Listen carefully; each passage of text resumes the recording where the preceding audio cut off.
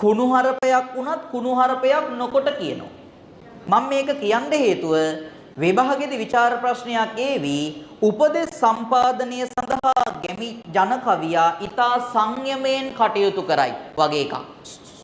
සංයමය කියන්නේ හික්මීම.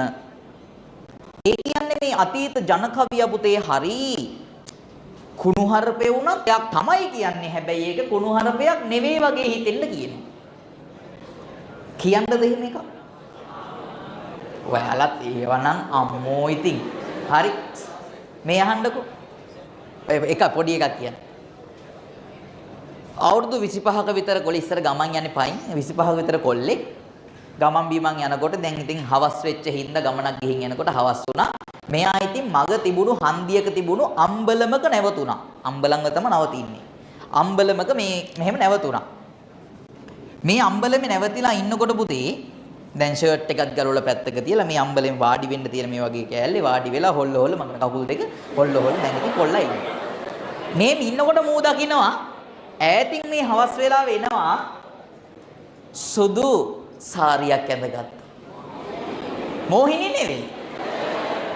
රෙද්ද චුට්ටක් මෙහෙම උස්සලා අල්ලගත්ත. එක අතකින් මෙහෙම පපුව වහගත්ත. ගෑනු ළමෙක් ලැසි ගමනින් කැට්වෝක් එකකින් ඉන කඩ එනවා. මට මේ කැට්වෝක් එක යන්න තේරෙන්නේ නැහැ. හරිද? ඔහම යනවා. දැන් ඉතින් එනවා.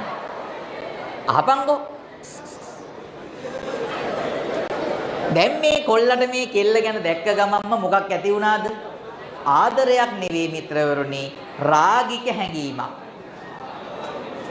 ඔව් ඔයාලා හිතුවේ ඒක නිවැරදි. මේ අහන්නකෝ. කොල්ලට හිතුණා නංගිට පොඩි දැන් නම් කොල්ලෙක් කනේ පාරේ කෙල්ලෙක් යනකොට මොකද ඔය හන්දියේ ත්‍රිවිල් පාක් වල ඉන්නේ උනේ නංගි කොහෙද යන්නේ කියලා නේද නිකන් නංගි අයි අපි දිහා බලන්නේ නැත්තේ අපි කළුද යටට ඇඳලාද කියලා අහපන් එහෙම අයියලා ඉන්නේ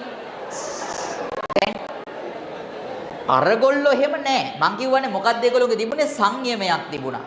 ගෑනු ළමයට උනත් කරන යෝජනාව මෙහෙමයි කරන්නේ. අයියා කියනවා නංගිට කවියකින් මෙහෙම. නංගිට ඇහෙන්න කියනවා. අල්ලාගෙන නෙරිය අතකින් කිමද නගෝ. රේදල්ලා යන්නේ ඇයි නංගි? වසාගෙන දෙතන අතකින් කිමද නගෝ. ඔය පපුව වහගෙන යන්නේ ඇයි නංගි? හිමියෙක් නැති ගමන් තනි මග කිමද නගෝ. ස්වාමි පුරුෂයෙක්වත් නැතුව පිරිමියෙක් නැතුව තනි පංගලමේ කොහෙද යන්නේ නංගි? අම්බලමේ නැවති අපි යමුද නගෝ. මේ නංගිට අම්බලමට කතා කරන්නේ මේ ප්ලේන්ටි බොණ්ඩද? නෑ වෙන මොකක් හරි වැඩේකට. නංගිට වැඩේ තේරුණා.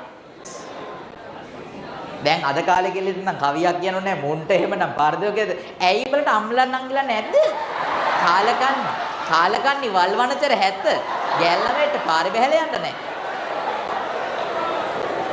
මේගොල්ලෝ එහෙම නෙවෙයි එහෙම බනින්නේ නෑ ඊටාම සංයමයෙන් යුක්තයිනි පුතා මේ ගෑනු ළමයාත් උත්තරේ දෙන්නේ රිප්ලයි කවියකින් මොකද්ද කියන්නේ ගෑනු ළමයා කියනවා සූක්ෂමයි අල්ලාගෙන නෙරිය මඩ ගෑවෙන හන්දා රෙද්දල්ලා යන්නේ වල්කමකට නෙවෙයි අයියේ බිම මඩ ගෑවෙනවා වසාගෙන දෙතන බිලිඳු ගෙකිරි හන්දා පපුව වහගෙන යන්නේ මට ළමෙක් ඉන්නවා මම මේ ළමයාට කිරි දෙන්න යන ගමන් අම්මට අම්මා කෙනෙක් කියපු ගමන් වෙන උත්තරීතරත්වයක් සමාජයේ හැදෙන හින්දා ආයේ වලත්ත කතා කියන්න දෙන්නේ ඇත්තටම කෙල්ල කසාද බැඳලවත් නැහැ වෙන්න පුළුවන් හැබැයි කෙල්ල උපායශීලීව කිව්ව මොකද්ද මට ළමෙක් ඉන්නවා තනියමත් නෙවෙයි යන්නේ බාල මස්සිනා පස්සෙන් එන හන්දා මස්සිනා පස්සෙන් එනවා එයා මග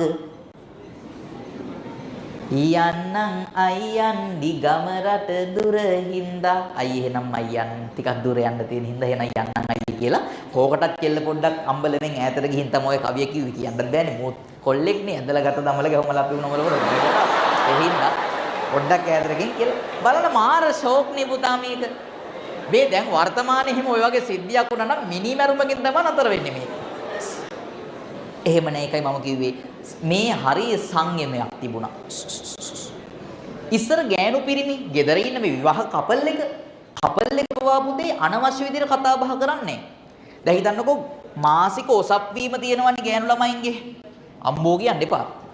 මාසික ඔසප්වීම පිරිමියට කෙලින්ම කියන්නේ කාන්තාව. එච්චර ගරුත්වයක් තිබුණා පිරිමියට. ඒක එයාට අඟවනවා. මොකද්ද ගෑණි දියටාන්ති දැන් ඉස්සර ගැමි ගැවුල තිබුණා පුතේ රෙදි වැල කෝඩුවා වැල. මොකද්ද? ඕකේ වනන්නේ පිරිමියාගේ ඇඳුම් විතරයි. මාසෙකට එකපාරක් ගෑණි දියට අඳින අර නාන්න අඳින මල් චීතේ මේකේ වනනවා. එතකොට මිනිහා දන්නවා හරි වැඩේ පත්තු වෙලා. හරිද? දන්න. ඉතින් අනේ මිනිහා පැල්ලකලා අමාරුවෙන් මහන්සි වෙලා ගෑණි උබාන්න ගෙදරනකොට රෙද්ද බල්ලන්නේ වැලි. මිනිහාට හරි දුකයි. මිනිහා කියනවා සඳත් මෝරලා කුරහන් යාය දිලේ ගතත් සීතලේ හිරිගඩු පිපිපෙලේ හිතක් මතු වෙලා උඹ වෙත ආව වෙලේ අදත් රෙද්ද වැනු අද කෝඩුව ආවැලේ. හරිද? හරි පව්විති. මං කිව්වේ ඒකනේ ඒ වගේ හැඟීමක් වුණත් එයා සංක්ෂිප්තව ඉදිරිපත් කරනවා. ඉතාම සංයමෙන් කවිය. තව එකක් තියෙනවා මේක වැඩි හිටියන්ට පමණයි හින්දා ඔයාලට කියන්නේ. ඕකනේ ඔයාලත් එක කරන්න බැරි මගුලානේ. හැබැයි මෙහෙමයි. මේක මං කියනවා but මේ එක කවියකවත් තේරුම් මම පැහැදිලි කරන්නේ නැහැ. තම තමාගේ වලත්තකමේ ප්‍රමාණය අනුව තම තමන්ට මේක තේරෙයි. හරිද? මේ බලන්නකෝ. හරි ඔන්න කතාව තමයි එක්තරා ගොවි පවුල් දෙකක් තිබුණලු. දන්නවද? කවුරුනේ අගින්නු? එක ගොවි පවුලක තරුණ ගොවි බිරිඳක් තරුණ ගොවි සැමියෙක් හිටියා. අනිත් එකේ හිටියේ වයසක මහලු ජෝඩුවක්. කොහොම හරි අනේ මොකක් හරි විපතක් වෙලා අර තරුණ ගොවියා අර පවුලේ තරුණ ගොවියා පිරිමියා මැරෙනවා. දැන් අර මේ පවුලේ තියෙන කුඹුරු වැඩ කටයුතු ටිකත් අරයා අඳ ගොවියා කියලා කියන්නේ එයාට දීලා තියෙනවා. එයාට කොටසක් දෙනවා. එයා තමයි අර මහලු ගොවියා තමයි වැඩේ බලාගෙන යන්නේ. මේ මහලු නාකි ගොවියට හැඟීමක් පහළ වෙනවා මේ තරුණ ගොවි බිරිඳ ගැන. ඌට දැන් එකෙන්ම ගිහින් කියන්නත් බෑනේ. ඒ හින්දා ඌ නංගිව හම්බ වෙන්න ඇවිල්ලා ව්‍යංග්‍යාර්ථයෙන් වෙන කවියක් කියනවා. හොඳට අහගන්න වචන ටික. මම එකක්වත් පැහැදිලි කරන්නේ. ළඟට ගිහින් කියනවා අකලට පුරන් වන කුඹුරක් දකින්නකොට අද අතපය කකියනවා මං වගේ ගොවියෙකුට ආවෙමි කුඹුර අස්වද්දන හැඟුම පිට නැතුවට නොවේ සින්නක් කර කුඹුරු මට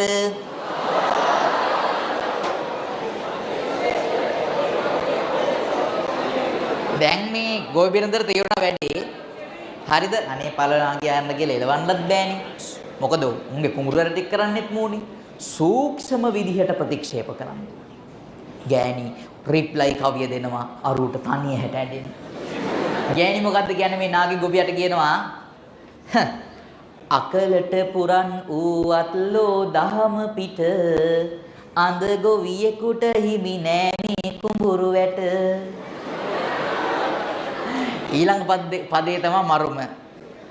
ටැට්ටරයකින් අස් වැද්දූ කුඹුරකට